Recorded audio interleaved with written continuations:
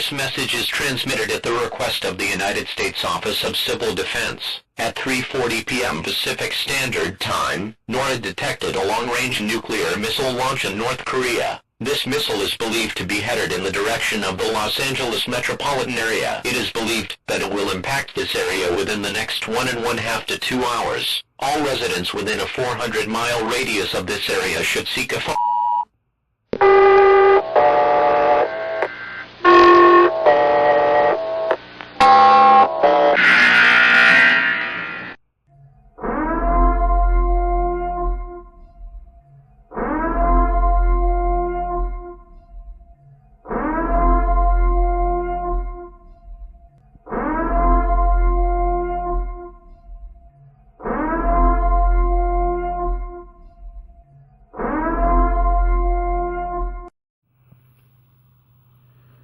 I woke up to that emergency broadcast. A nuke from North Korea had brought on America's biggest nightmare. The country we laughed at finally delivered. I wondered if we were able to return fire. What was going to happen next? Would they invade? Or would some other country invade us?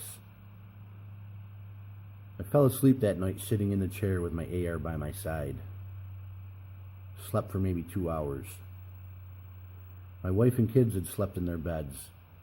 I wanted them to still have some kind of normalcy. The truth is, there would be no more normal. No more 9-to-5 grind, complaining about work, paying bills, and watching my beloved Mets blow late-game leads. I walked out on my backyard deck, fired up my first cigarette of the day. Bill had hooked me up with 12 packs. Nicotine withdrawal was no longer a concern. My wife, out of habit, began to make coffee, forgetting the grid was down. I was fortunate. Never drank a cup of coffee in my life. I laughed and told her I won't miss what I never drank. I grabbed some instant coffee from the basement, put a pot of water on the grill, and told her it's the best we could do. My daughter's still sleeping. I told her about my experience at the gas station the night before. There'd be no more venturing out for supplies. By today, I figured store shelves would be empty. Looting, chaos, civil unrest would be running rampant. What we had in the house would have to suffice. I told her I had more supplies than 99% of the average Americans. She never believed in my prepping and preparedness. She'd call me crazy and a nut. On day 2, she was now thanking me. I grabbed my Anchor solar panel charger to keep the walkies and the ham radio charged. My plan today was to check on a few neighbors and solidify our home defenses. To the left and right of my house were 2 single women. Across the street was Eddie, the divorced father of 2, who lived alone. Next to him was Jack, the 70-something retired small-town deputy. The 3 of us often talked at the mailbox about the economy, politics, and how crazy the world was getting. Jack, being a retired cop, had told me about the handguns he owned. I knew he had also invested in precious metals. Eddie, on the other hand, did not own a firearm. He'd seen me coming home from the range before, asked me about buying a shotgun. He never made the purchase, and now it was too late. I ventured out across the street, AR in tow, and with 3 out of my 4 walkies, leaving 1 behind for my wife. Eddie and Jack were already talking and seen me coming. Both were shocked to see the semi-auto over my shoulder. I asked them both if they had heard any news. Neither had. I told them we'd been nuked by North Korea, and it was an EMP. It had destroyed our grid. I told them what happened when I ventured out for cigarettes the night before. The shit has hit the fan, and we're at war on our soil. The enemy was both foreign and domestic now. People are going to turn against one another over food, water, and shelter. Neither knew I was a prepper, and I still wasn't ready to divulge that information to them. Our suburban neighborhood was only about 3 miles from the urban city. I told them we need to secure our street in our houses before we're infiltrated by the unprepared. I handed each a walkie, told them we can communicate and watch each other's back. I asked both how their food and water security supplies were. Jack had 2 handguns and about 500 rounds of ammo. He was okay with food and water too. His one concern was medication for himself and his wife. They had about a 1-month supply. At that moment, I thought how lucky my family was that no one depended on medication.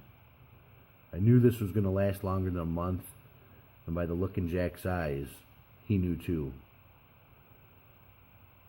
Eddie had a 10 by 20 foot garden in his backyard and a decent supply of water for being a non-prepper. As I said before, he never bought that shotgun, and now with a total collapse happening, had no way to protect himself.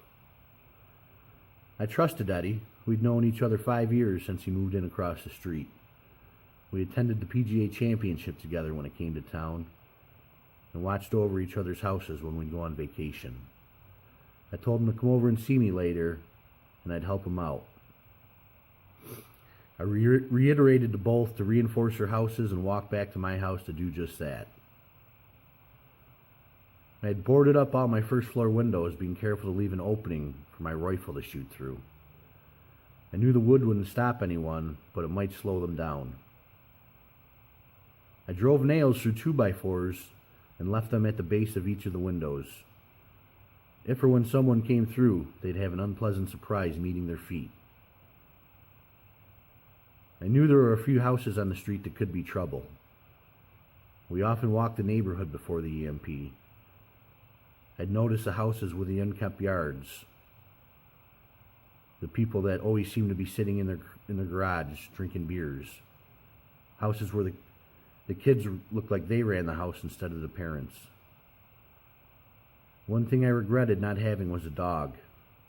My state-of-the-art alarm system was now completely worthless. A dog would have been an excellent security system now. At that moment, my 8-year-old said, "Dad, I gotta go number 2. Sanitation was a prep I slacked on. All my buckets were currently full of water. I dumped a 5-gallon bucket of water into the pool, put a garbage bag in it, and told her the garage was now our bathroom.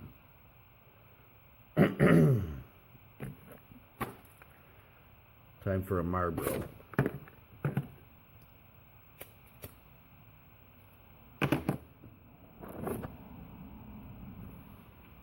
I guess it was time to dig a landfill in the backyard to dispose of the waste and the garbage. I told the family if it was yellow, let it mellow. If it's brown, it goes in the ground. On top of running security, I was now the sanitation man. I made the decision to use the pool water to bathe with. The hot tub water we'd use to clean clothes. We still had over 200 gallons of water in the house, a hot water tank full of water, the tops of 2 toilet tanks, and a small landscaping pond. I was also intent on collecting rainwater. At this point in the summer, we were 5 inches below average rainfall. The lack of rain wasn't hurting my small garden. Up until yesterday, I'd been watering it twice a day, and the fruits of my labor were beginning to pay off, just in the nick of time. Over the walkie, I heard Eddie say he was on his way over. He met me to the gate at my backyard. I told him I'd be right back, and within 3 minutes I returned with a Maverick 88 and 100 rounds of buckshot. I told him, here's a shotgun you procrastinated at buying. You're going to need it now. I gave him a quick lesson on how to use it and told him, don't be afraid. I trusted him.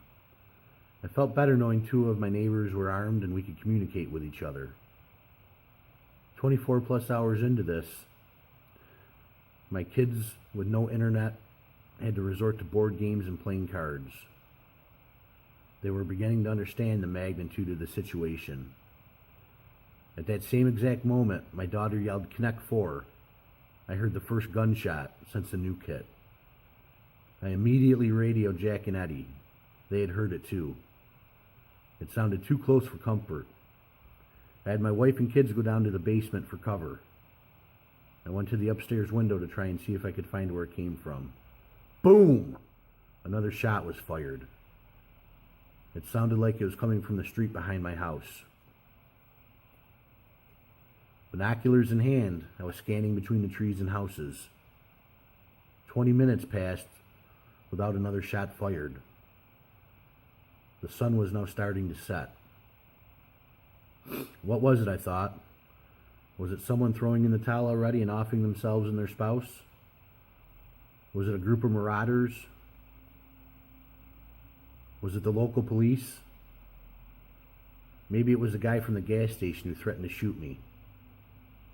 It was going to be a long night, and daylight could not come fast enough.